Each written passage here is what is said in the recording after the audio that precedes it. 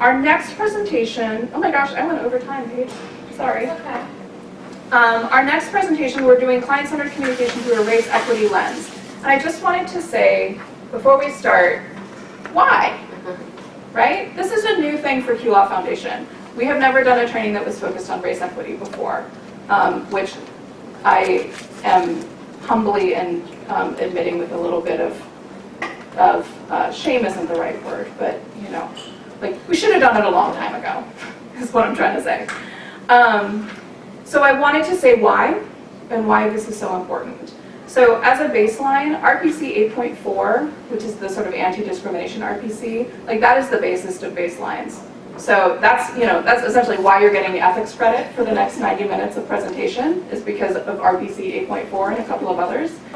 But also because we are gatekeepers of change, of access for our clients and for their liberation, right? We can't fix the law school pipeline, so we can't bring more diverse attorneys into the room. But what we can do is be the best possible and most competent attorneys as we serve a really broad and diverse pool of people.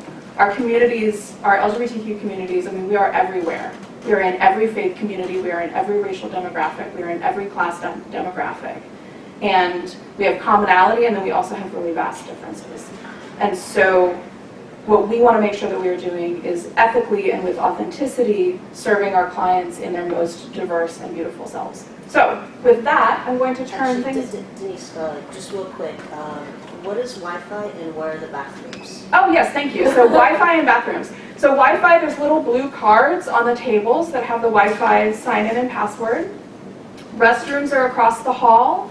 There's also a coat rack if you are tired of managing your coat. If you, I'm sort of around, so if you have any other needs throughout the day, come find me and I can help and support. Great, so turning things over to Paige, and let me switch up the PowerPoint.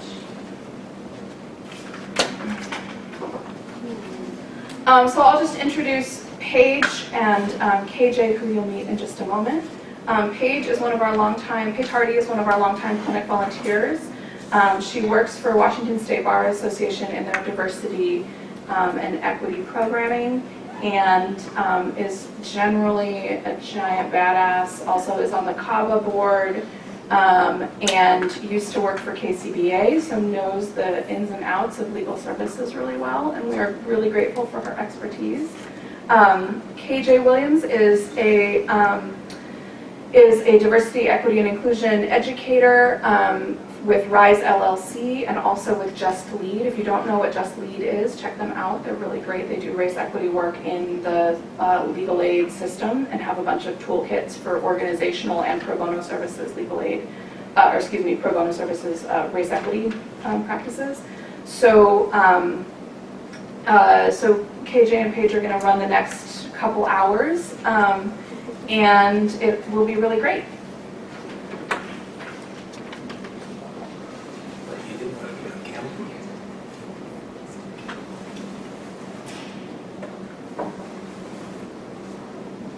Sure. Yeah, you want me to set up the chairs? Hi everyone. Can you all hear me okay? Okay, great. Thank you for the introduction. I feel like you're overselling my ability, but you know, always happy to disappoint. So why are we doing what we're doing today?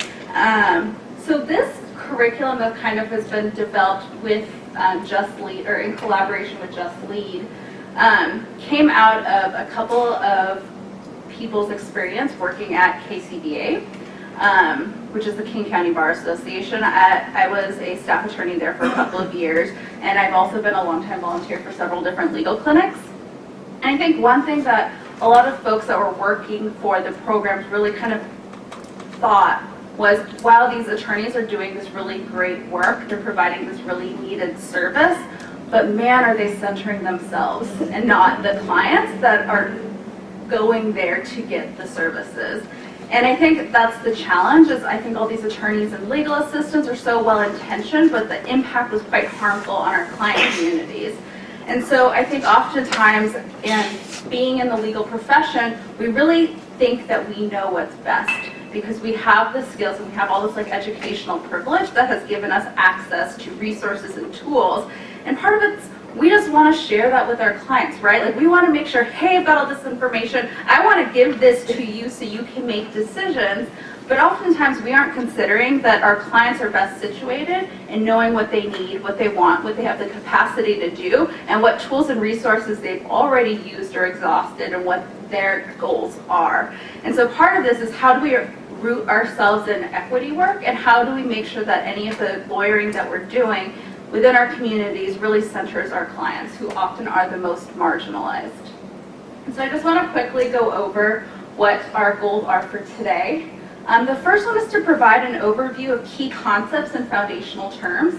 I think oftentimes when we're having these kind of sticky, challenging conversations around race, we might be using the same words, the same language, but we're not defining them in the same ways. And so oftentimes we'll be talking over each other or cross-talking because we're not defining terms in the same sort of way. And so what we want to do is make sure we go over some of these concepts so we have some shared language.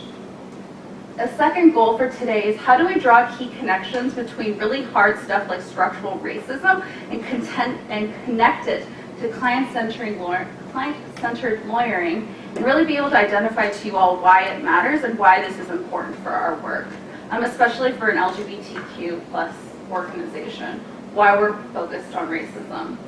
And then finally, we hope to provide some strategies and tools for you all to kind of better understand how we are addressing our own individual, personal, implicit biases, and how we're actively practicing anti-racism in our approach, not just to pro bono lawyering, but I would hope for lawyering as a whole. And so I think we're going to start off with a quick little an example of what a clinic situation could look like.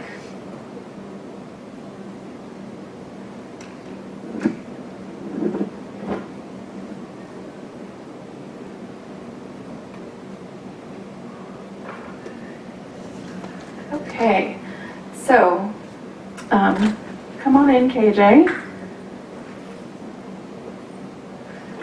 So Paige, this is KJ that you're going to be meeting with today. KJ, go ahead and have a seat. And I'm sorry, I forgot to ask outside, what pronouns do you use? I don't use those. What pronoun? Like, do you prefer he, him, she, her, they, them, something else? Does it matter for what we're doing? No, just whatever makes you feel most comfortable. Just call me by my name. Okay. Just say you? Yes. Yep. Go ahead. That's great. Thank you. Hi KJ, I'm Paige. I'm an attorney here with this legal clinic. Can you wait just a second? No, sorry, let me just get through Oh, wait, this. just a second. I've got a text from... Okay, so I mean, you can do that. I just want to let you know that I'm an attorney. I'm volunteering here. And Well, can you wait for a minute? This is really important. I've got one of my kids is... I had some trouble. well, I mean, we only have 30 minutes, so I really want to make sure we get through this. Okay. I understand that's important, but just... So if you could just wait a minute, I just have an emergency with my kid right now. Just give me a second and I can figure this out.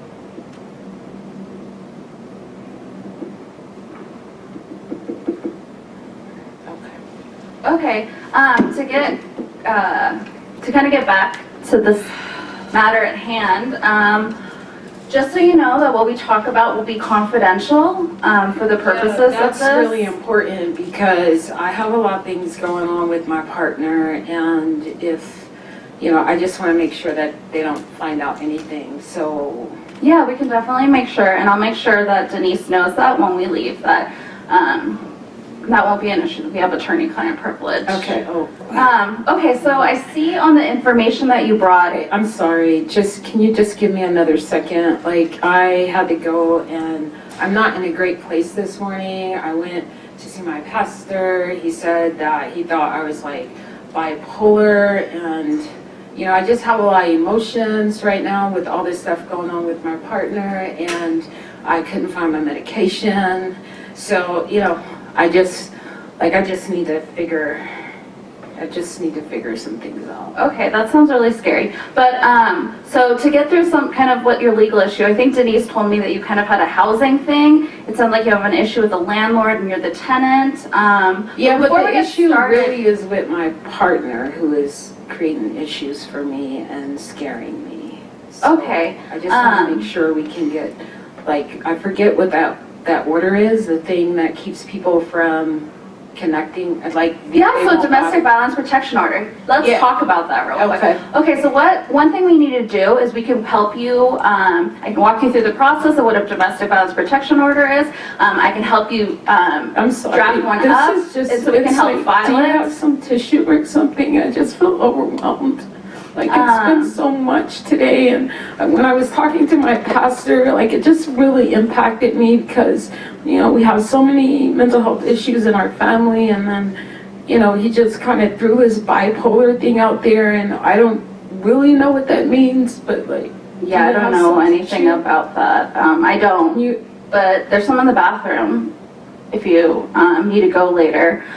But sorry, I just want to get this through you because I want you to have this information before you leave today because I don't know if you're going to be able to make another appointment. well, I feel like you're not listening to me. Where's that other lady that brought me in here? Because, you're not even listening. And, how are you going to help me if you're not even listening to me? Well, I'm sorry, I am trying to help you, and I am trying to listen, but I feel like you're getting a little bit upset with me, and I'm just here to help. But you're not listening, and I am here because I need the help, but I'm trying to tell you that things are not in a good place this morning, and I'm not really thinking well, and I feel like, you're just not really paying attention to what I'm trying to tell you. Okay, I'm sorry.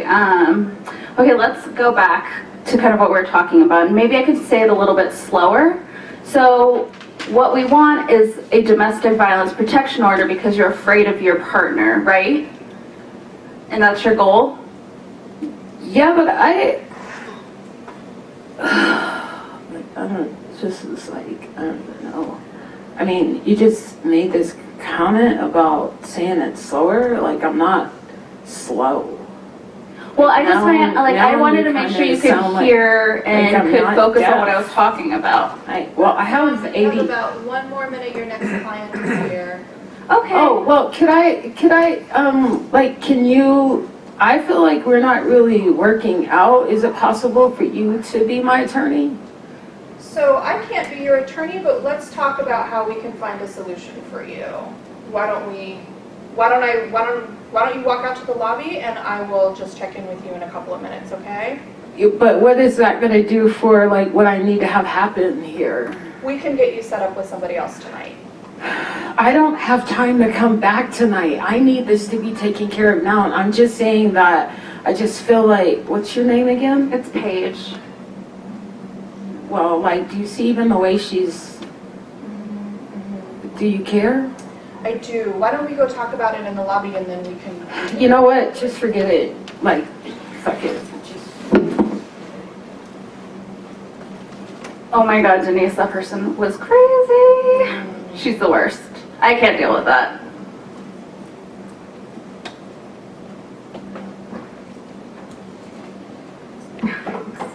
Okay, so that didn't go great. So let's kind of discuss what went less than ideal. So what were some assumptions that I was making about my clients? And if you can raise your hand, I can also maybe pass the mic to folks. Just at the beginning that she was ready to listen and to speak about her issue. Yeah, absolutely. I was there ready to solve her problems. And I used her because I would continue to misgender this person. I was there to solve KJ's problem. I think you determined what her problem was instead of letting her tell you what her problem was or what her goal was of being there. Yeah, absolutely. Hello, Denise, dear. Hi, Martin. I thought right away, oh dear, this is, she didn't value your time. At least if I were in your seat, I would have been a little bit resentful, giving up an evening to come and help people. And be confronted with someone who just really wasn't appreciating your sacrifice. I thought your acting was excellent. Thank you, I appreciate She that. was wonderful. You all could be on stage, even you, the hero.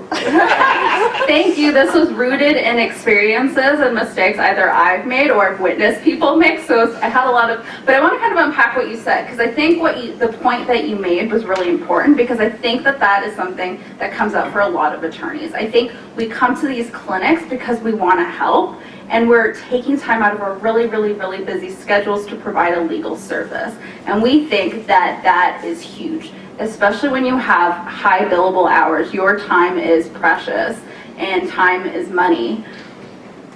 But what we weren't considering, and what I wasn't considering, was all of the barriers it took for KJ to get into that appointment, and the amount of time and sacrifice, and the fact that KJ had a family emergency that I wasn't even considering. I was overvaluing my positional authority being in that space.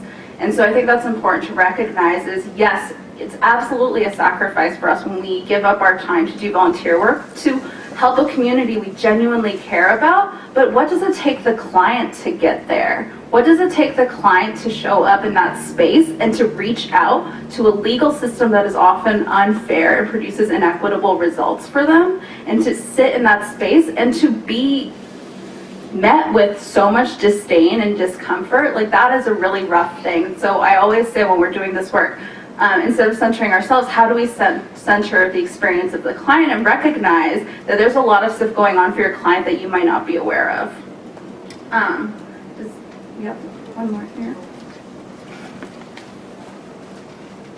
I thought KJ did an excellent job of making the point of she wanted someone to listen, not just to what particular legal problem she had, but just listen. And sometimes that's what you have to do in a legal clinic situation. Is it may take a little bit to get to the point of what are they really here there for. And she kept making that point of not just verbally saying I want to listen, but just in all her reactions. She wanted someone to listen to her. The pastor she'd gone to didn't listen to her.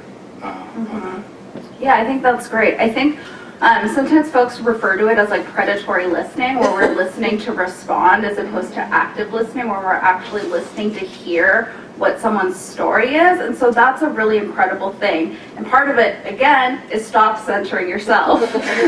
Is center the client, and then you can actually give space for this person to tell the story. Because what KJ was trying to get at is no one is pausing to hear what KJ's concerns are. Everyone is just telling KJ what is wrong with KJ and the mistakes that KJ was making. And that doesn't help anyone, and this certainly doesn't empower KJ, who likely has been doing so much stuff. And so I think that's a really good reminder. Don't be a predatory listener. So how did then my behavior impact the client meeting?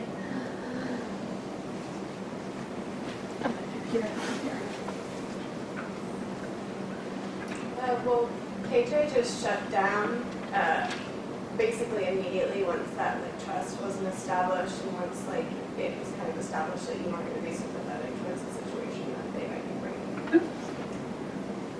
Yeah, absolutely. I think that is a huge thing. Is you have such a short amount of time with your client in a clinic setting, it is imperative that you work on building trust and that you don't lose trust. Because what's actually going to happen is not only do you lose with your interpersonal relationship with the client trust, KJ now won't be trusting Q Law Foundation. It is likely that KJ will not go back to this clinic. And so when you are working within the clinic context, you are also representing the organization and all of the groundwork that people like Denise and the years and years of folks have really tried to build and establish in our communities. And so it's important to remember that.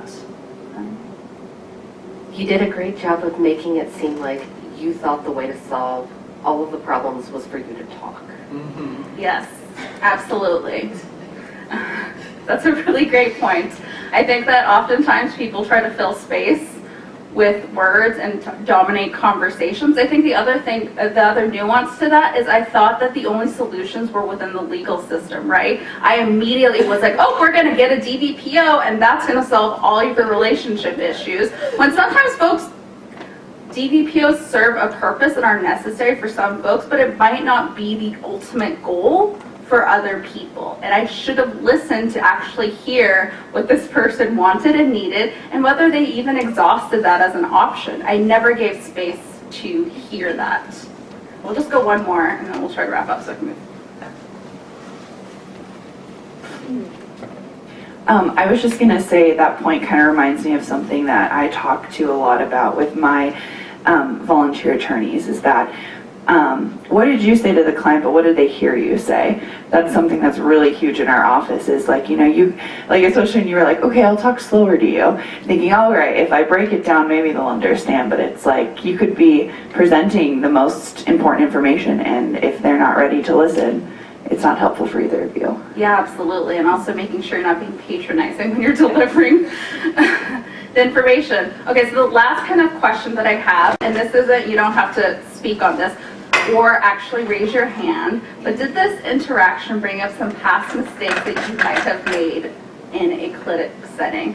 I'm going to raise my hand because this is absolutely whether an experience that I've had because I messed up real bad, or that I've heard from clients about other attorneys when I was a staff attorney, or that I've witnessed other attorneys do in clinic settings. And so this seems a little bit over the top, but it's actually rooted and grounded in reality and experiences that exist.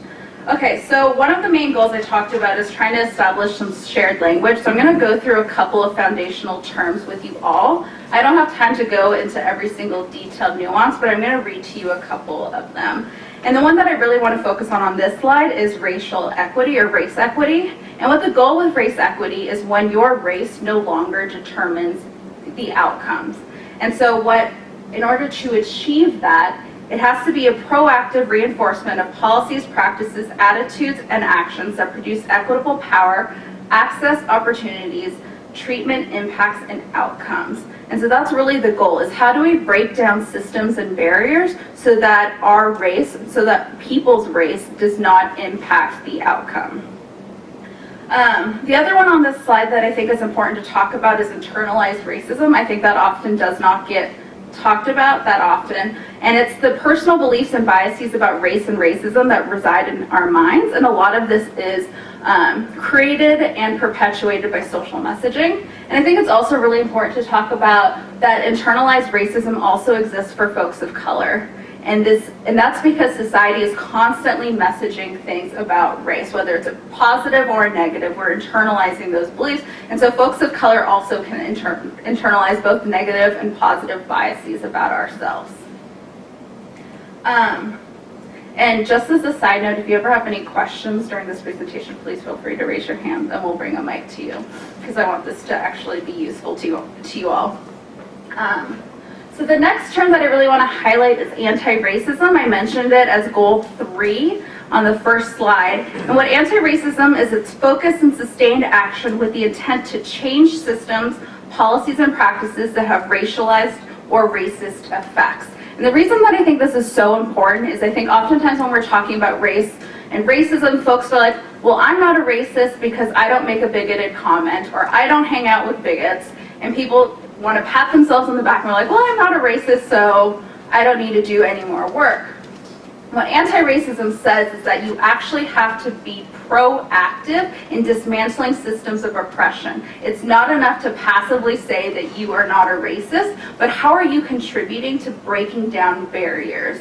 And so this is work that has to be ongoing. It's work that is challenging, but it's work that is necessary. And it's also work that should not fall solely on the shoulders of folks of color. And then another concept I want to talk about, because we're talking about client-centered lawyering, is cultural competency. And the definition that's up here was put by the King County Department of Health. And I'm not going to read through it because it's quite long, but what I want to talk about is that part of being culturally competent is recognizing that people have different lived experiences, and those experiences are shaped by your culture, by race, class, religion, all these different identity factors, and that impacts how you are experiencing life. In order to be effective legal professional working with clients, you have to understand that each individual client has different nuances and lived experiences that you have to respect and honor. One very personal example for me, and this isn't in the legal context, but when I was looking for a therapist, it took me so long to find a culturally competent therapist. I'm mixed race, I'm half white, half Korean, and every time I went to a white therapist, if I had issues about my mixed race identity or my challenges of being in America dealing with Korean cultural values, the therapist would immediately shut down the conversation because they could not get it. Or they would provide solutions that just culturally were not relevant and impossible. And it took me so much time to find someone who actually understood those nuances and gave space to me. And so I think that's what's important for you to do as legal professionals, is that provide space for your clients so that they can feel whole and received and be able to share their experiences.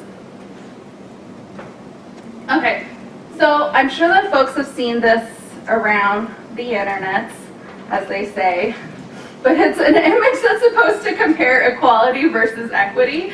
And so I think the big thing is equity is not equality. And so inequity is not, inequity does not equal inequality, and rather it results in disparities and disparate outcomes. And so if in the image to the left is demonstrating equality, and so the graph is intended to represent the fact that we are not actually playing on the same level playing field, that people and communities are resourced differently depending on the communities and social factors that they, or the communities that they belong to, which are often related to social factors such as race, class, gender, sexual orientation, disability.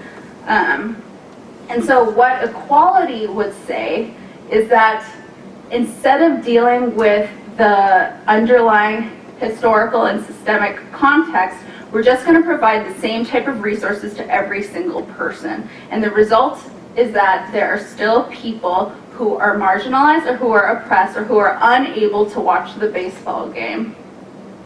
And so in the right-hand frame is equity, which intends to kind of address some of the multi-generational oppressions that impact folks and resources folks depending on those circumstances. And the result is that there are going to be people who receive less resources because they've been historically given more resources, and folks that have been historically denied or marginalized from having access will be given more in order to be able to see over the fence and watch the baseball game. But what's even more important, and this is bold, is justice. And I like this because I'm all about like blowing up systems. But this is like systemic change work that we want to do, and it actually talks about dismantling barriers. And I think part of it is we get so caught up in like being able to see over the fence. We're like, why does the fence even need to exist? And that's the crux of the thing, is why can't we reimagine in creative ways policies and programs that dismantle systems of oppression, because there is very little possibility that justice can exist when systems of oppression are rooted in our legal system. And so how are we doing this equity work? This is called the 5 levels of equity, and it starts kind of at the internal subconscious, so I don't, starts here and goes up. And so it starts at the internal subconscious brain level, and that's kind of when you talk about implicit biases, and we're going to get into that a little bit. And then it goes into the interpersonal, and that's how do we understand and combat those biases once we become aware that they exist, or what biases we have. Interpersonal is between folks, and so I see it as between us and our clients. I see it between each other here in this room. And then we get to the organizational and institutional level. So how does Q law fit into this work? How does the LGBTQ, how does the legal system as a whole play into this? And then community, I love this part. This is how do we hold ourselves accountable to the communities that are most harmed? And then finally, how are we breaking down structural barriers? And so, what is structural racism? So structural racism or racialization refers to the ways in which the joint operation of institutions produce racialized outcomes. And it's important to note again, and I kind of briefly alluded to this, but structures matter and they are not neutral. Just like the legal system, it is a structure and it is certainly not neutral. It disproportionately distributes benefits, burdens, and power, and it is biased towards white folks and whiteness and is biased against people of color, specifically Black and Indigenous folks. And so how does it come into play? Literally every single thing you can think of, every single institution is impacted by structural racism because, surprise, the United States was founded on racist ideals. And so we have all these different systems that are in play. We have education, employment, health, transportation, childcare, housing, and this is just a very small smattering of the institutions that are impacted. Just to give kind of one example of how these kind of intersect, I'm thinking about like redlining and racial covenants, which is a very real and painful history here in Washington State.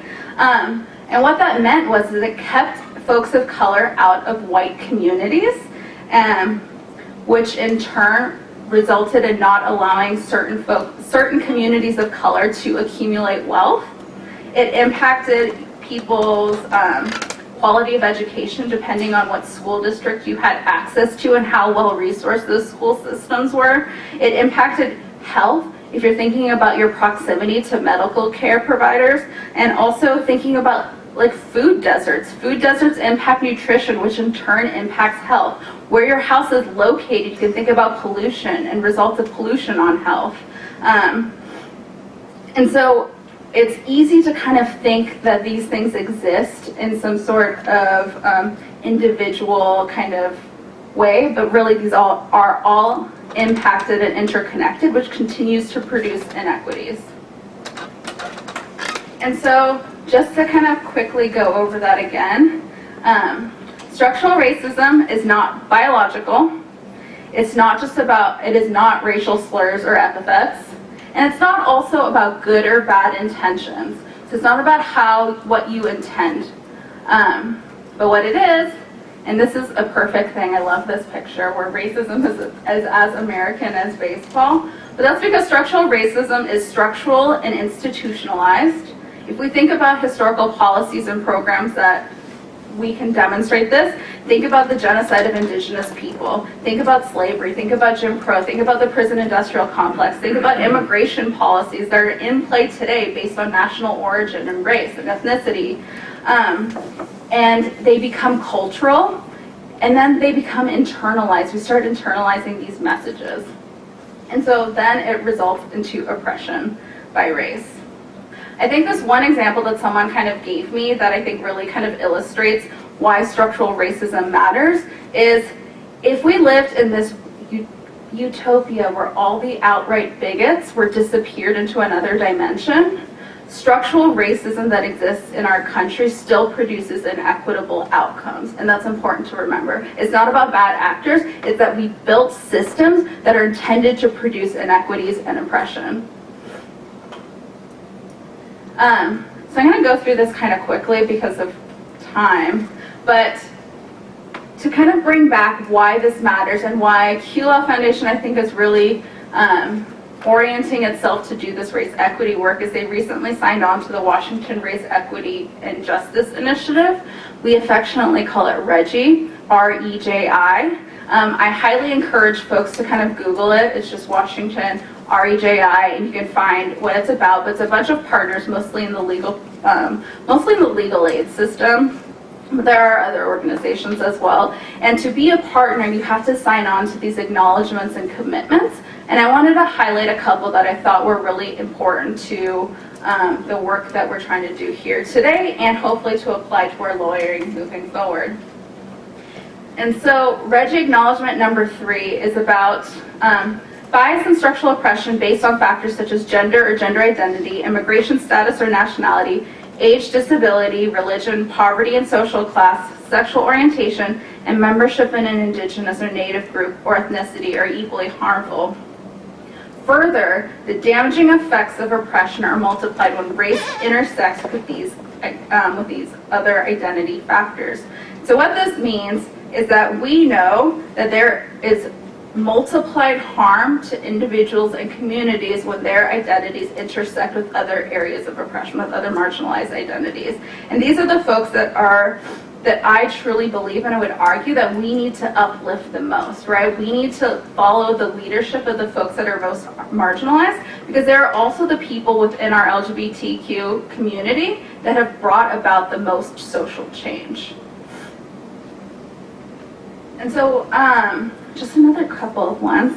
So the acknowledgement number 5, progress towards equity and justice has largely come from the wisdom and courage of people from communities most harmed by bias and systemic oppression. Thus, race equity work must be pursued in direct solidarity with and guidance from communities of color and community-based movements. And I think this is the type of work that QLaw is really trying to shift into. I think the partnership with Entre Hermanos is one way that we're demonstrating that. I think the fact that we're doing a community survey to really hear from folks that are most impacted, that need access to legal services, are helping to inform how we continue to provide legal services to folks.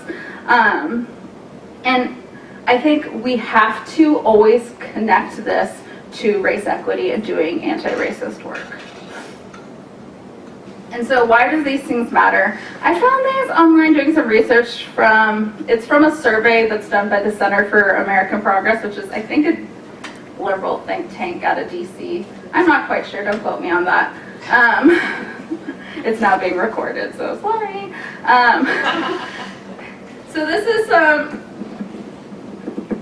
so in this left-hand column, it talks about folks that are extremely low income and how CAP defined that was for folks that have less than $10,000 per year as their income. And it breaks it down along certain racial lines. And the columns that are in orange are folks that are survey responders that identify as trans or gender nonconforming. And so when compared to the overall population, you can see that the disparity is astronomical. Like, it just jumps up there because of someone's gender identity. The one on the right talks about food insecurity based on racial identity. And then finally, this one talks about unemployment rates. Again, folks that identify as LGBT adults experience more higher unemployment rates than folks that do not identify as LGBT. And to kind of bring us back full circle to stuff, we're talking about why we need to listen to the people that are most marginalized and and follow their leadership and guidance. Geneset Gutierrez is a trans woman who in 2015 at a White House event celebrating the LGBTQ accomplishments of that year, President Obama was giving a speech and she interrupted him. And there was so much harmful backlash against her. People called her a heckler. People told her that this wasn't about her. This was about all of us. And she wrote this kind of piece about why she did this. And you can read the quote kind of explaining the disparity. But it was really intended to identify the hypocrisy and the disconnect between what he was talking about, between the mainstream kind of LGBTQ activism that was taking place and also like the trans and immigration activism that was happening, and that there has to always be a connection and there always has to center the folks that are most marginalized. And then this other quote is my favorite from Sylvia Rivera in response to talking about the Stonewall riots. But I was a radical, a revolutionist. I'm still a revolutionist. I'm glad I was in the Stonewall riot. I remember when someone threw a Molotov cocktail and I thought, my God, the revolution is here. The revolution is finally here. And so why do we care about any of this? This is a concept that was developed by Professor John A. Powell, and it's called the Circle of Human Concern. And what it represents is who belongs in our society, in our organization, in our institutions. And the people that belong are considered to be full members of society. And the people that are excluded are often those that are oppressed by white dominant culture. And I think it's important to recognize that in our organization, in our legal system, the gatekeeper to the circle of belonging is white dominant culture, right? White dominant culture dictates who gets to participate, who belongs, who has access to resources, who has tools. And so the people that fit within the ideals of white supremacy, whether because they're racialized as white, whether because they identify as white, or because they assimilate to whiteness, they gain access. And the folks that either cannot assimilate or choose not to assimilate are often othered and also oppressed. And so what do I mean when I'm talking about white dominant culture? I would recommend, there's an article called White Supremacy Culture by Tema Okun. Her name is spelled T-E-M-A, and then Okun is O-K-U-N, and it talks about different types of white dominant characteristics that impact every single part of our society. And it includes factors like paternalism, quantity versus quality, perfectionism, basically everything in our legal system. And how we're defining culture is that it's a set of spoken and unspoken shared norms, beliefs, values, expectations, and assumptions held by most members of an organization and are then amplified by behaviors of leaders. And what white dominant culture really does is it normalizes this culture, and it determines that folks that can fall within the circle of human concern are people that are good, people that are moral, people that can, people that are seen as like civilized. And folks that are not are people that have been historically marginalized. So we kind of have to ask ourselves when we're doing this work, whether it's through this organization, whether it's larger context of the legal profession or society as whole, is how do we expand our circle and expand it beyond the limits that currently exist, but how do we include people that have been historically marginalized or oppressed? How do you include LGBTQ folks? Because we have often historically been denied the opportunity to belong, right? How do we include folks of color? How do we include people with disabilities? How do we include people that are currently or formerly incarcerated? We need to think through how we expand this circle so that more people can feel like they belong. And belonging also means having the access to resources. So how do we redistribute resources so that folks who have been denied those opportunities are able to have access to them?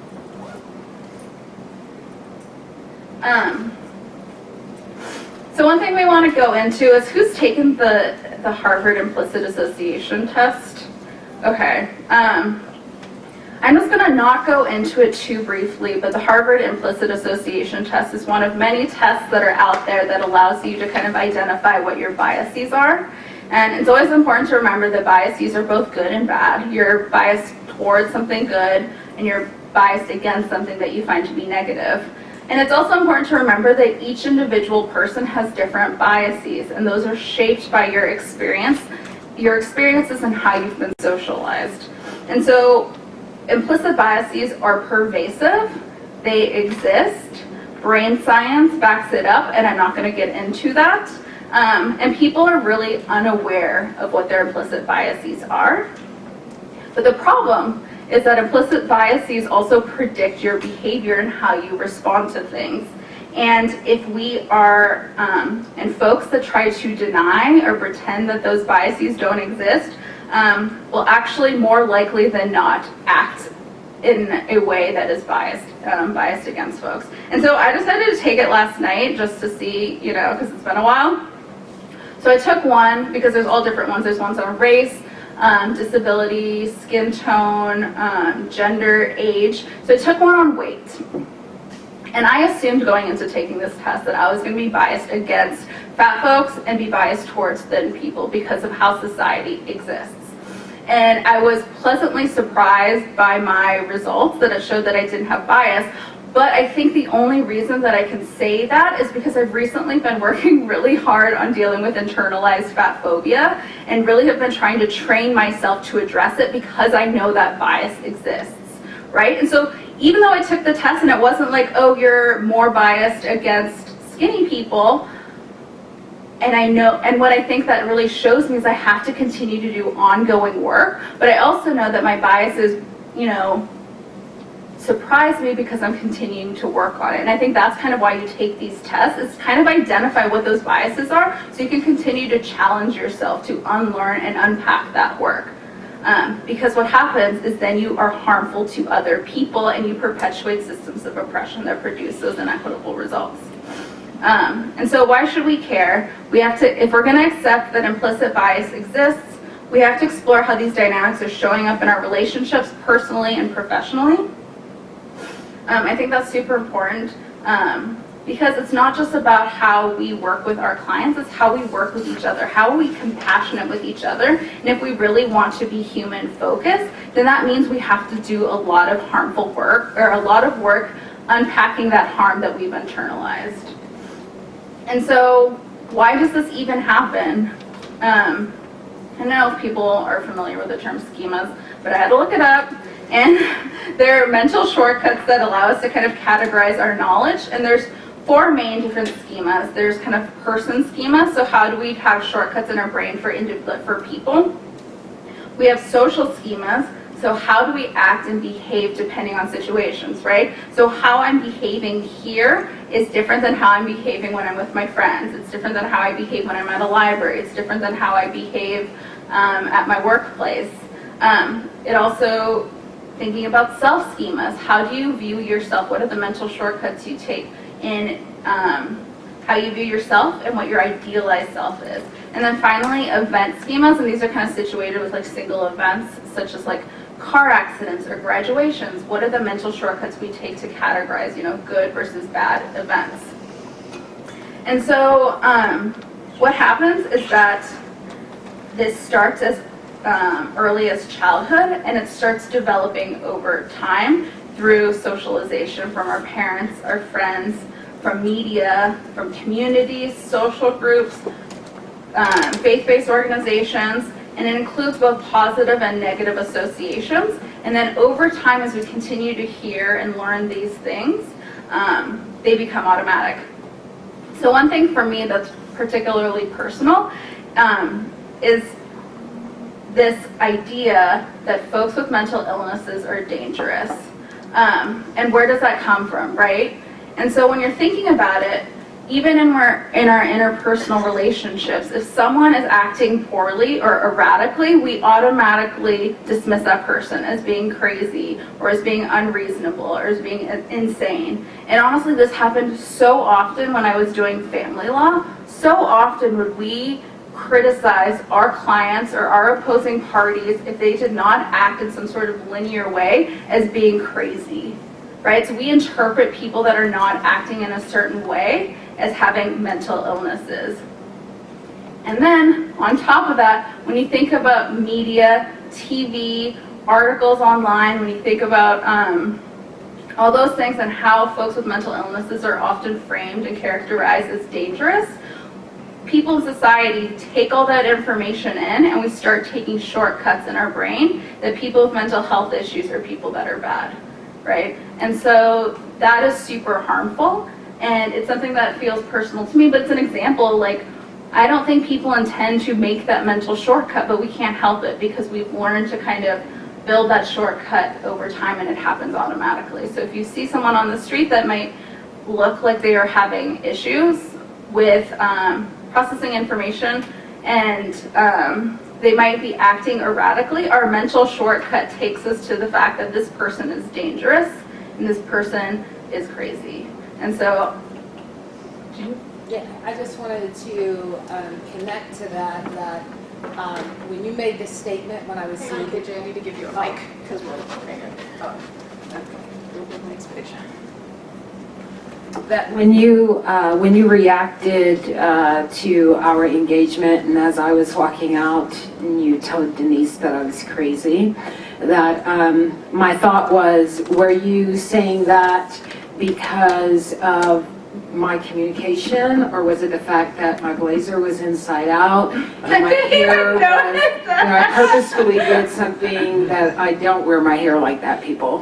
Right, this is a 5-year-old hairstyle, but like, what are the characteristics that exist that sometimes that bring us to those places where we make those assumptions? I And think so that's if you very could clarify your statement about me and where that came from. Well, it's not a statement about you, it's a character you're playing. Just want to say that. But I mean, I think the point that I was actually trying to make also is how do our social schemas, these like negative biases that we have, intersect with other identities. So with KJ's race, right, and KJ's behavior, those two things together, I automatically assumed the worst about this person. And so this is something that has come up in clinic context before, is how much more empathetic we are for white folks when they're experiencing mental distress versus folks of color, particularly Black and Indigenous folks that are experiencing mental distress, and how do we really sit with that information and pause and think through why we're feeling that way. I've had, when I was a staff attorney, I just remember having complaints from pro bono attorneys who were just like, look, I can't work with this person, they're crazy. Which also, pro tip, I try not to use that language in my vocabulary, and I encourage you to use terms like wild, like that's wild. But people who were unwilling to work with clients because they just assumed that they were being difficult because they had mental health issues or that they were overly escalated, instead of actually working on de-escalation strategies within the context of their client relationship. Does that help with that? Yeah, it's excellent. Okay. So that's kind of my half of the presentation. Does anyone have any questions before we take a break? Sorry, I threw a lot of information at y'all, and you can process that at the break time. How long Yes. is it? 15 minutes. Okay. Well, hello, folks. KJ Williams here, noun in her right state, mostly. I dress down. I normally don't wear camouflage pants when I'm facilitating workshop or anything like that, but I was trying to dress down. So I hope you enjoyed that. So we've got about 45 minutes and still quite a bit of information to get through. So I'm going to speed talk, and we're just going to jump right in. Now, let me see by a show of hands, if you're comfortable, how many of you feel as though that, and there's no offense on this, there's a reason why I'm asking this question, that this portion of the CLE, the portion that Paige and I are facilitating, that you are already connected to the work, you are invested in that type of work, in approaching the work that you do through the lens of racial equity. And so perhaps you might feel like you're part of the choir. You know what I mean by that, right? Preaching to the choir. How many of you feel like you're already in the choir? Don't be afraid. Don't be afraid. Raise your hands up high. So I have some choir members. All right, great. So to my choir members, I just want to say that although this may be information that you've already heard, that if you have gone through this information before, whether it's through a CLE, some other seminar or workshop, if there are if there is something about the content that you would like to challenge or that you would like to question, let's say that it's been presented before, you walked away, and you're like, you know, that really didn't make sense to me, I would encourage you to do that today. Okay? Because part of what we're doing is continually looking for ways to deepen our own knowledge and our own understanding of the work, and the content changes just as the world is changing. All right? So the addressing model. This model was developed by Dr. Pamela Hayes, but you can take a look at the book Beyond Empowerment, Beyond Inclusion by Dr. Leticia Nieto, and she does a great job of breaking down this model and providing strategies as well. And so addressing is not misspelled. I mean, it is, but it isn't in this context, because we're actually using each one of the letters to represent a particular category. So we've got age, disability, religious culture. I'm gonna come over here because there's not that many of you, and I feel like you're lonely, all right? Ethnicity, sexual orientation, social class culture, indigenous heritage, national origin, and gender. And if I sound out of breath, I'm having some asthma stuff happening, but don't worry, I don't think I'll need CPR. If I do, there are 3 people authorized to do that for me today. They are Molly, Paige, and Denise, all right? So everybody else, I appreciate you, but you need to grab one of the 3 of them, okay? All right, so this model is a way of really exploring how we have socially constructed particular ranks and categories around our existence as human beings. And so these social rank categories very rarely change, and that is because they are socially ascribed. It's not as though we have come up with these characteristics by ourselves. And so we have, I'm not going to list them again, so we have the social rank category, and then we break those ranks down into 2 more categories. We have the agent rank and the target rank. And for the purposes of this CLE, when we're talking about the agent rank, what we're talking about is those social categories or identities that have access to power, that have a level of privilege, and that have the ability really to navigate our systems and our structures with very little barriers. Doesn't mean that they don't face any at all, but even if they face those barriers, because of their social ranking, they are better positioned to mitigate or to find ways to overcome those barriers so that they can still pursue whatever their goals are. Then we look at the target rank. We're talking about target, we're talking about underrepresented groups, we're talking about marginalized groups, we're talking about those people that are seen through the social and political lens as having less social value. Right? That, and so when we use the word target, if you just kind of think about, you know, the bullseye target, and you think about these categories located within the context of that bullseye, and how constantly our policies, our laws, our approaches and strategies seem to be targeting those groups not to create equitable outcomes, but to create more opportunities for things like capitalism to survive and to thrive at the cost of these groups. All right?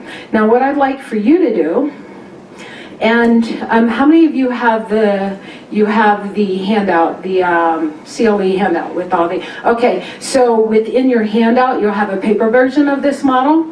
And what I'd like for you to do, and if you don't, we have a couple more over here. What I'd like for you to do is this exercise. In each row, figure out which category applies to you. So actually, let me go back real quick. Oops. So for me, if I'm looking at this model, and this is what I'd like for you to do for yourself, if I'm going through this model, I want to identify how many privileged or agent categories I fall into, and how many target rank identities I might have as well, right? So for me, under the agent rank, I am between 18 and 64. I am an able-bodied person. How do I want to put this? I'm an able-bodied person on the surface, okay? I have invisible disabilities, some of which you heard a little bit about when I was doing the skit.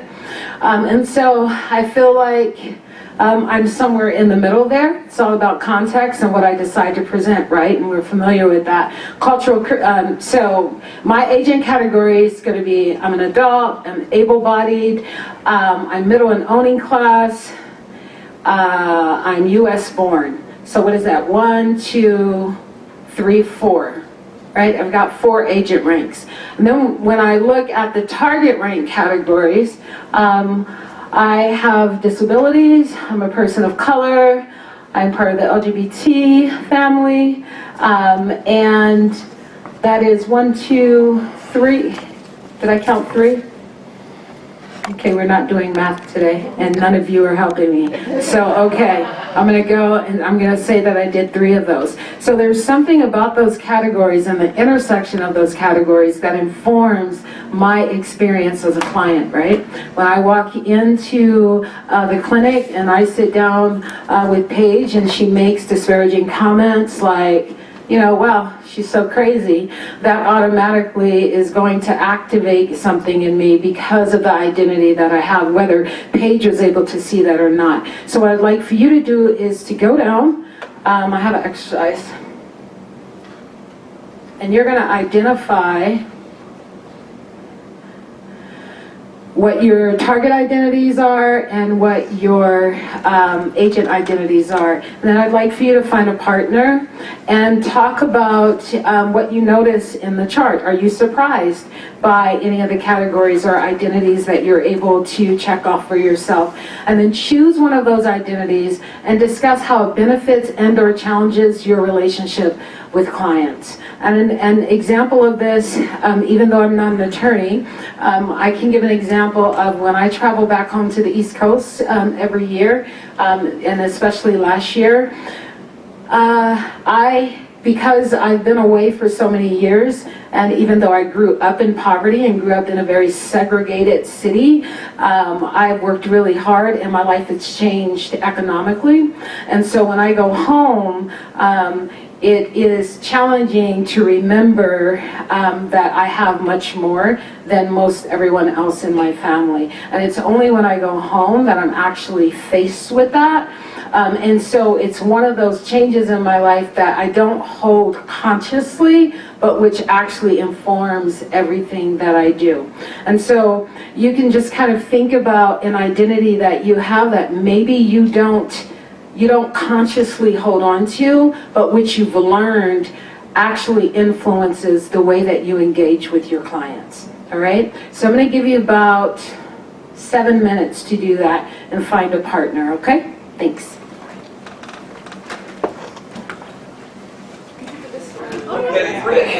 All right, folks, how about I bring you back?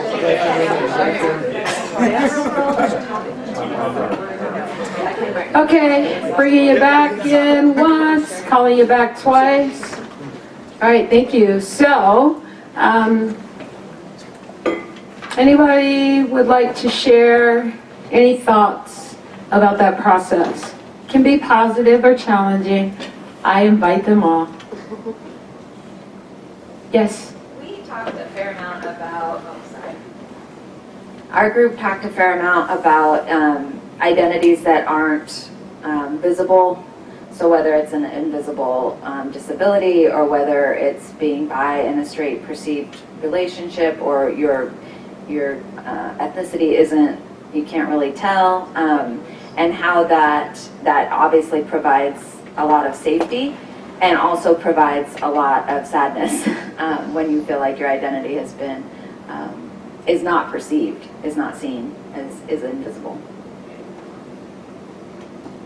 Thank you. That's a good point. It also lends itself to the opportunity to be overlooked and to experience bias, right? In ways that people may not be consciously aware of because your identity is not right on the surface, right? So you could totally be offending me, and you can be having a conversation about people with some level of mental health issues or challenges, and you wouldn't know that about me unless I actually outed myself. So it's a reminder that not all of our identities are easily seen or recognized, and that often we hide portions of who we are depending upon the context and the goals that we've set for ourselves, right?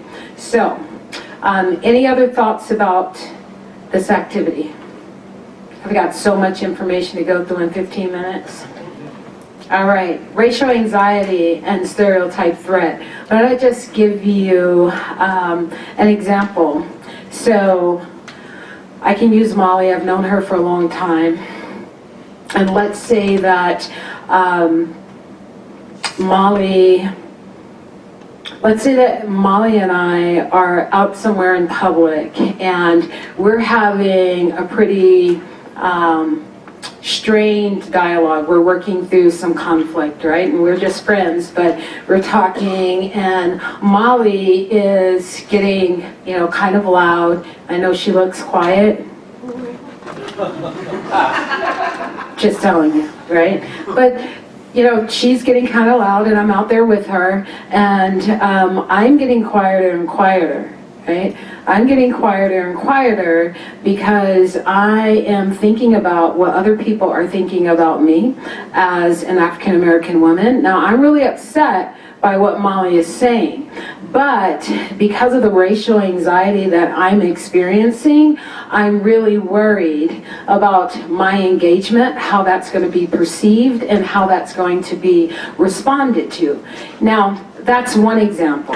Another example is that Molly could be meeting me for the first time, and let's say that she hasn't had very much exposure or very many relationships with African Americans. And so she and I are meeting, and Molly is concerned about how she's going to be perceived as someone who identifies as white. And because the issue that we're talking about, I'm not going to make up the issue on the spot right now, but because of the issue that we're talking about, because it's challenging, Molly is concerned about how I'm going to perceive her, all right? In that, wow, you're probably going to think that I'm racist. So there are these things that I want to say to you, and there's this other perspective that I want to explain to you, but I'm afraid that if I do that because I'm white, that you're automatically going to assume that I am racist. So part of the challenge with racial anxiety is that it's not just one group that experiences racial anxiety. We all experience some level of racial anxiety because of our social conditioning, right? And that stereotype threat, just think about it. Molly has met me for the first time. She has no experience with African Americans. She has no African American friends. Her only exposure to African Americans has been through Instagram, all right? Not even Facebook. Instagram. If you know anything about Instagram, it's problematic right now, okay? And so, the reality is that when she gets ready to meet me, she only has these narratives about criminality, about laziness, about distrust, being untrustworthy, right? And so the stereotype around African Americans is something that can be experienced by her as a threat to her very existence, as a threat to her ability to communicate, as a threat to her ability to engage. And now that's just an example. We could flip the identities in many, many different ways. But the key here is to recognize that, especially with race, because of the historical context of our country, that race generally is the first place that we go, whether consciously or unconsciously, because we've been so thoroughly and effectively conditioned around it. So what happens when you are in a meeting with your client? Now, if we go back to this morning with Paige, let's just say that, well, you'll have to make up something real quick, okay? But it won't be hard, promise. So these are some of the ways that our bodies physiologically that we respond to stress, that we respond to conflict. And I would say that we respond to things that are very different than us, new situations. All right? And so the first time you engage with a client who does not submit themselves to your direction, as I didn't with Paige, right? I wonder what began to come up for Paige. And if you think back, because I know that some of you raised your hands, you think back to some of the mistakes that you've made, because that was the question that you asked in the beginning. What was happening for you physiologically? Were you ready to fight? Were you ready to engage and verbally tussle with the client? That would be me. I go, which is probably why I'm not an attorney, right? And this goes back, well, I won't go there, we don't have time. So fight is generally what happens. I'm not a flight person, right? My body gears up for the battle. But we had the flight, and that just may mean that as an attorney, regardless of your positional power, that as soon as you're faced with some level of conflict or disagreement with your client, that you can still fly away, even though you're physically sitting there, right? That you are finding ways to disengage. What happens if you freeze and you can't find the words to respond to your client? How are you being perceived? How is your client experiencing you? It's really important to know how your body generally, because it's not going to do this all the time, but how it generally responds to conflict and to stressful situations. And then the appeasing. Now, Paige could have been great at appeasing and said, okay, you know what, we're just going to stop right here because it's clear that you need something else, and let's go ahead and do that. I was hoping she was going to do that because then I was going to just take up all the time with my personal issues and make it very difficult for her as an attorney to actually bring me back around to the matter at hand. And then dissociate. How many disassociators do I have in the room?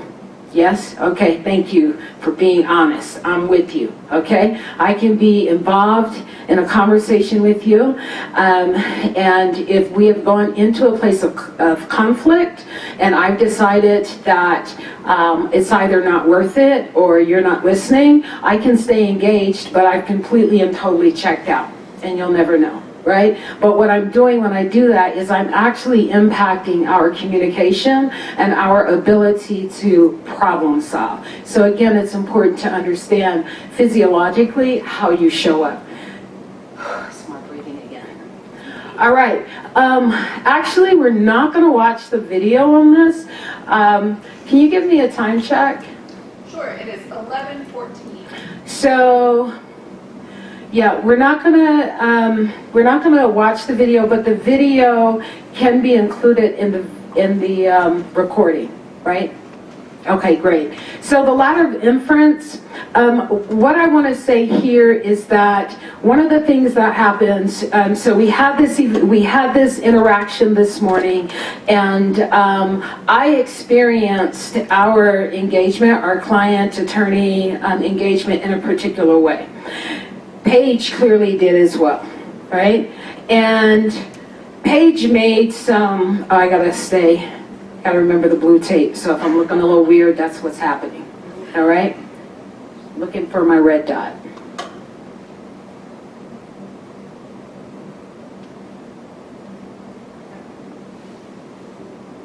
Oh, there it is. Oh, it's on the ceiling. I found it.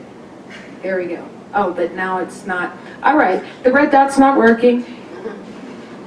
There is a post evaluation. I don't want to hear anything about the red dot at all, that I could not find it. So there was an observable event that took place here, right? You all watched it. And from what Paige observed, she selected some data about me, and based on her own cultural and cultural and personal experiences, she came to some conclusions about me based on the bit of information that she decided to extract from our engagement. And then she decided to add some meanings, right, to that interaction. And when she added that meaning, she came to, she made some assumptions, drew some conclusions about me, and then adopted beliefs about me.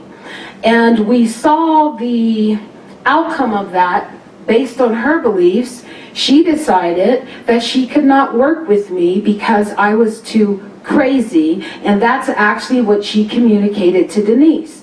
Now, on my side, there was something completely different that happened. And the key here, I'm not going to go through the steps, but the key here is to remember that when you have the client-attorney interaction, that there are two different experiences that are taking place.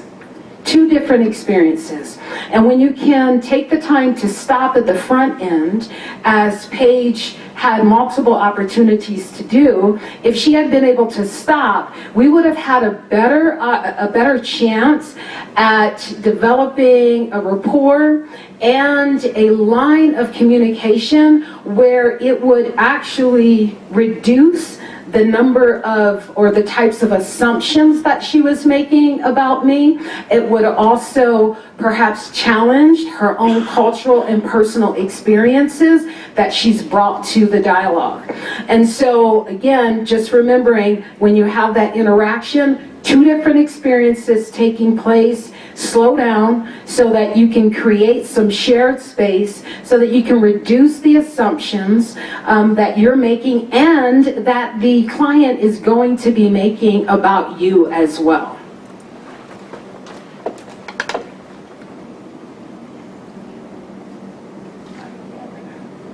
All right, so we are, let me see something. Yeah, we are going to do that. All right, I'm only going to give you 5 minutes. Just talk to the person next to you. Let's go back to talking about racial bias and think about how racial bias has shown up within your personal life and within cases. But obviously, we've unpacked the cases pieces enough. Think about your personal relationships, but also your colleagues, folks in this room. And if you don't know very many people in the room, think about the firm or the organization that you work with. How have you seen racial bias show up? And then what are some ways that you've identified as an individual that you can actually mitigate those biases? And what can the lawyering community do? Now, you're not going to have enough time to go through all of these, so pick which ones you'd like to talk about. And then I'm going to ask just 1 or 2 people to share their reflections. So I'm going to give you 5 minutes.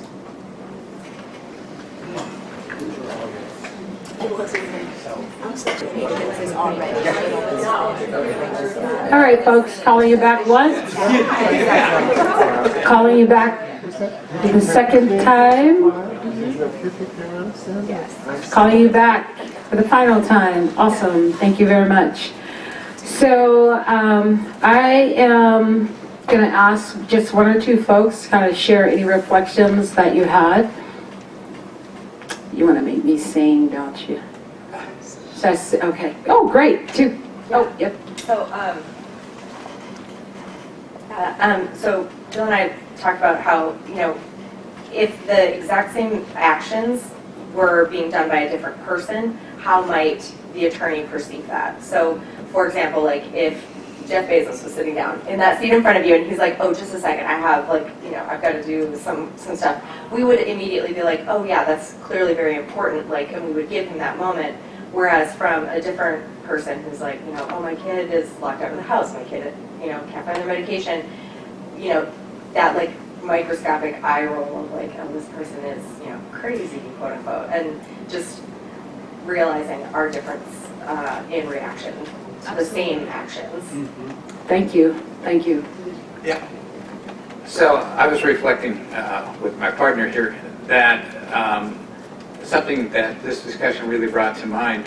Prior to going into private practice, I worked for a federal agency, and we dealt a lot geographically with a large area, including the Pacific Islands. And there was, I think, a structural racial bias, and it was also maybe educational bias in the perception that Pacific Islanders didn't have the resources that we did. And it had something to do with their color as well as their just a lack of resources. And so on the part of the governmental agency, there was sort of a paternalistic approach in that. And so this discussion really brought forth, yeah, that there was that, and made me realize that that was something that I encountered.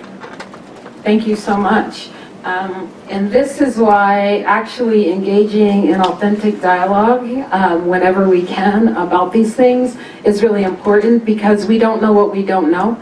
And the exposure to this information over time, even if you've done it over and over again, provides opportunity for further learning. One of the things I want to respond to is your reflection on if that had been Jeff Bezos, right? And so what you're getting at is actually something that's also located in the Beyond Empowerment, Beyond Inclusion book, and that's talking about status, right? So not only do we have our social rank, but if you think about it as an onion, status is what we have on the outside. And that's what we almost always respond to, right? So Jeff Bezos is someone who has high status, right? And so because of his high status, regardless of what he's doing, even if it's interrupting, right? We're more likely to extend grace. We're more likely to extend understanding to someone with a high status. All right. So we're talking about building equitable client relationships, mindful client interview skills. The reason that I use this imagery is because generally when I'm talking about implicit bias, I also do a little bit of work around microaggressions, right? And so thinking about our mind as the soil and all of the ways that we are exposed to information from family, from our educational institutions, through the media. These are the roots. Those are the roots that get put down in our mind. And so when you think about this little plant, right? This little plant represents how our bias can show up, whether positive or negative. It's all about what we're putting into the soil. And so then what kind of nutrients are we providing to the information that we're constantly taking in? Are we continuing to take in information that solidifies our bias against people with those target ranks? Or are we beginning to take in information so that we can mitigate that and we can actually unpack it and do something different? Internal change for systemic transformation. What I'm referring to here is, again, this personal commitment to growth and to development so that we are exposing ourselves to the depth and breadth of information required for the equitable outcomes that we actually want. And how that connects to systemic transformation. So if you think about who you are today, you think about the sphere of influence that you have, also intersect that with your positional authority. I can tell you that as attorneys, as people in the legal profession, you are uniquely positioned to actually bring about systemic change in a way that others would be more challenged to do. But there's nothing about the legal profession that would actually communicate that to you.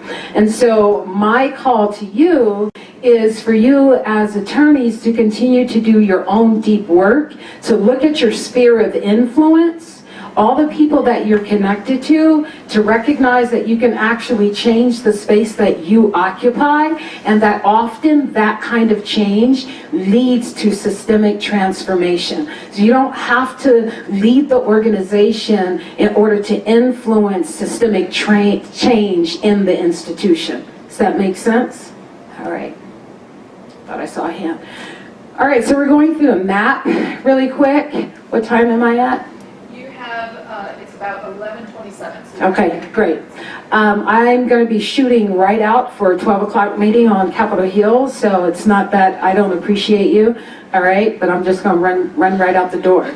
Okay, so this is what we can do whenever we find ourselves in situations like Paige did this morning with a client, but you can utilize this for absolutely any relationship that you have, personal or professional. It's all about the depth of work that you want to do for yourselves. So we're talking about engaging during times of conflict, high stress conversations, disagreements. All right?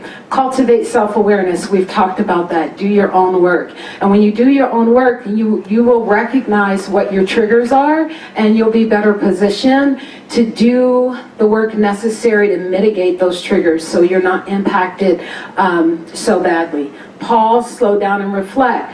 This is what Paige could have done. She was such a bad attorney this morning. My gosh, I'm never going to her. Just kidding, for those on the watching the recording, totally kidding. But, right, she could have paused, slowed down, and actually reflected on what I was saying and what I was being impacted by.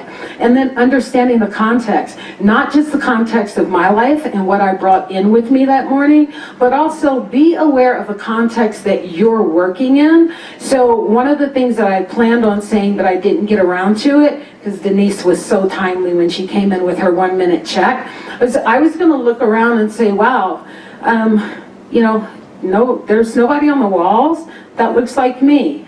Or this environment feels really cold. You know, the chairs, these are like metal chairs. I don't know what the clinic looks like, okay? But think about the environment, because all of that influences your client's experience, but it also impacts you as well. And I don't know that as attorneys, you're being consciously aware of how you're influenced as well by the environment you're navigating. Practice that active listening, not the predatory listening that Paige mentioned, but take the time to really be present. And that can be difficult.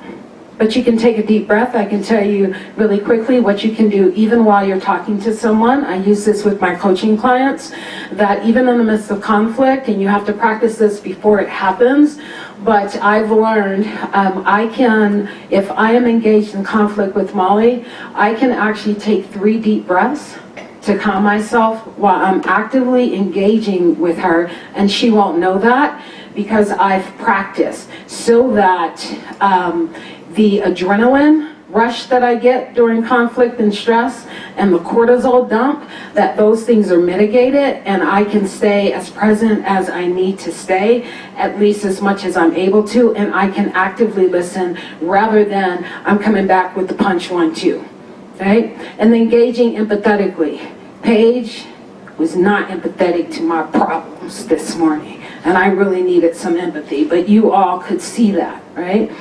Understanding how you deal with conflict.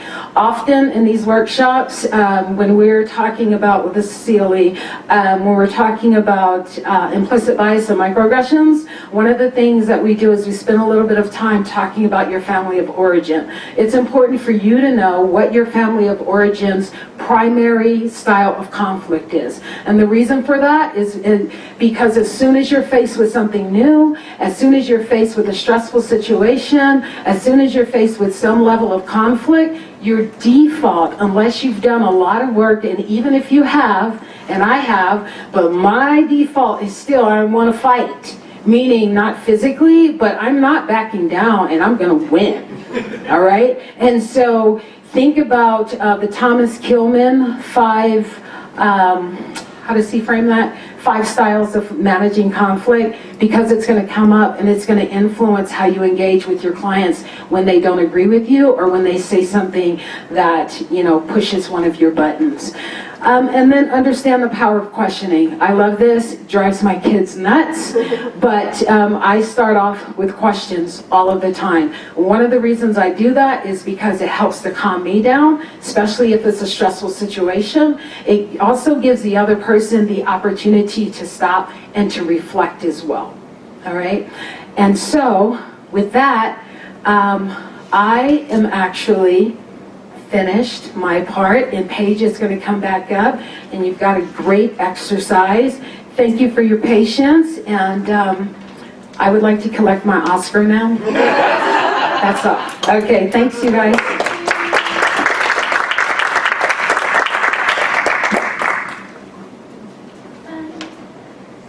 I'm gonna go through this because PJ is amazing. So we're gonna go through an exercise to kind of practice what we've learned so far. And so I'm going to read you all a scenario and just get back into like the partners or the small groups that you had when we've been doing these discussion questions, and then you'll kind of, I'll give you about 5 minutes and then we can come back and discuss them. So this is a scenario, and this is a scenario that has come up at a housing justice project type legal clinic. So this is like based off of a real story. So a client comes in and tells you, hey, my landlord told me that no children's toys can be left in the stairwell. This is so unfair. Other tenants do it all the time. They leave their sports equipment in the hallway, but the landlord is only complaining about me. Plus, I think that this landlord is being so racist. We're the only people of color in this building, and he always leaves notes on my door. it's terrible here, I hate it, but this is the only place we can afford. So this is information your client has just provided for you when you're doing your initial consultation with the client. So now you're at the stage where you've heard what the client's story is and you're working to unpack and decide how you want to engage with the client. So in your small groups or in partners, how would you engage with the client? After you hear this story, you've made space to hear this, how would you engage? 2, what are some strategies that you might implement or questions that you might ask to get some dialogue going, to get some more additional information? And then also, how would you have normally engaged with some clients, and what are some strategies that are challenging for you? What are things that are limiting for you, just either based on your lived experience, your personality, if you're conflict averse, what are some things that you have to really work through and identify those things? And how would you prefer to kind of engage with clients moving forward? So it's a lot to ask, but I'll give you about 5 minutes. Okay. It sounded like you guys were having good discussions, so that's exciting. Does anyone kind of want to share with the group kind of how they would want to engage? I guess in response to any of those questions that you felt particularly like you and your partner or your small group had a good conversation about? Discussion?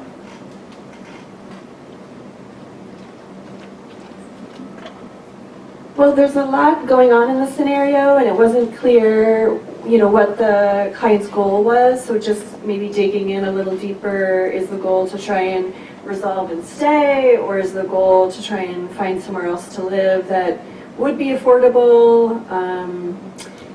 Is she most concerned about the potential discrimination piece? And so just, getting a lot more information about what her long-term goals are and short-term goals. Great, thank you.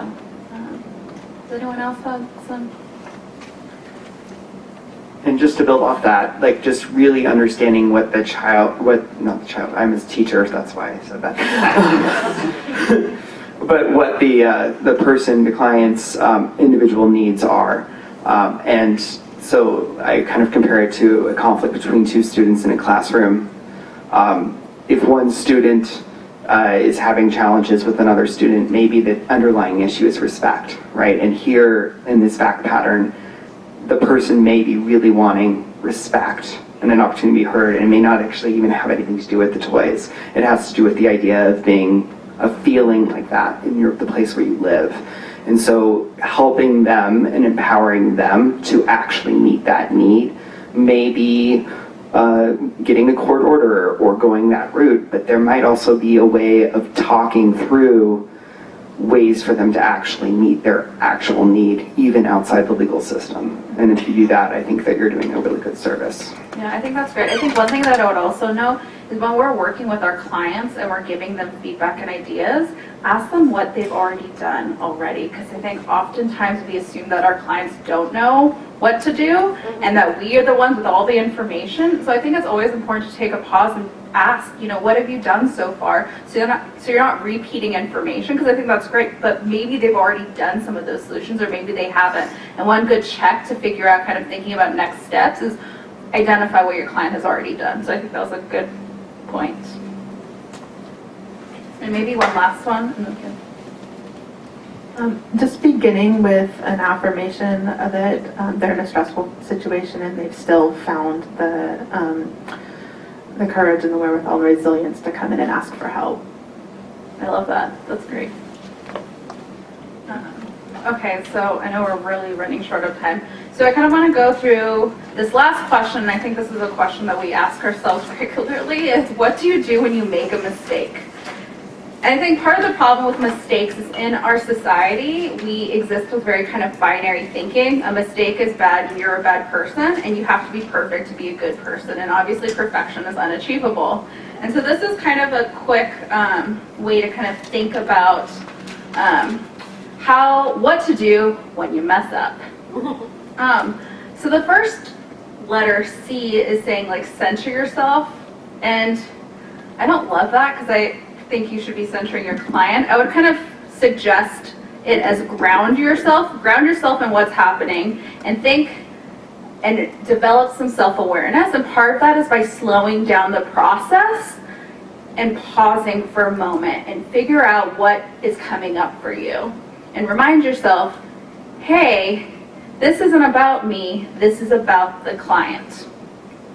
Second one, obviously, is listen. Don't interrupt the person and think of ways to defend yourself. I think this is another way that predatory hearing comes up, is instead of listening to why your client is hurt, what the impact has been on your client, you're so much more, you want to talk about your intent, right? When we think about intent versus impact, we care about being a good person. So we want our clients to think like, no, you don't understand. I didn't intend to misgender you. I didn't intend to use your dead name. I didn't intend to be racially offensive, but that it doesn't matter what our intent was, right? What matters is that our client was harmed. And so what do you need to do? You need to acknowledge and apologize for that mistake. I think it takes some real empathy to really be willing to apologize and admit when you've messed up.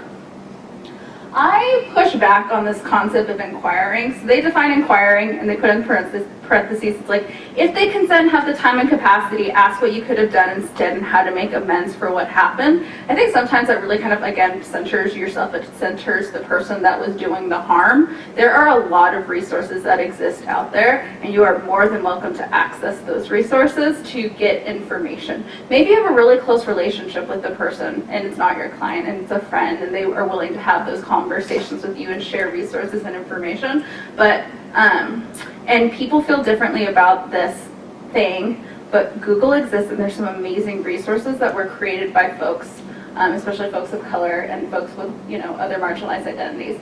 And finally, change behavior. Moving forward, I honestly believe that the best apology is changed behavior and changed consistent behavior.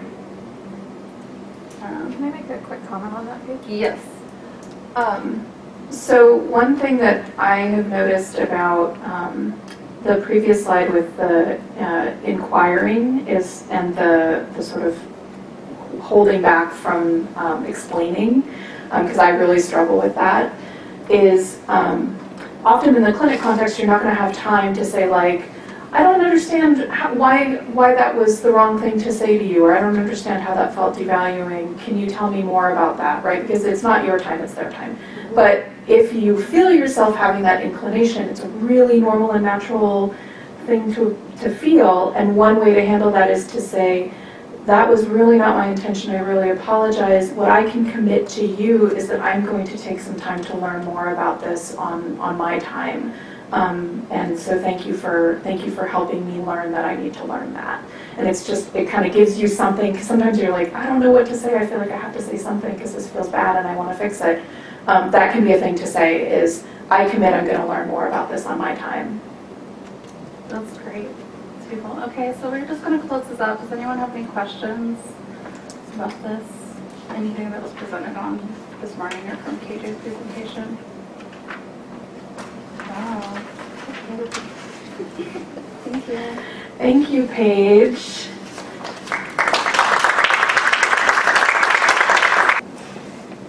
Okay, so our next speaker is Robert Foss. Robert is the legal service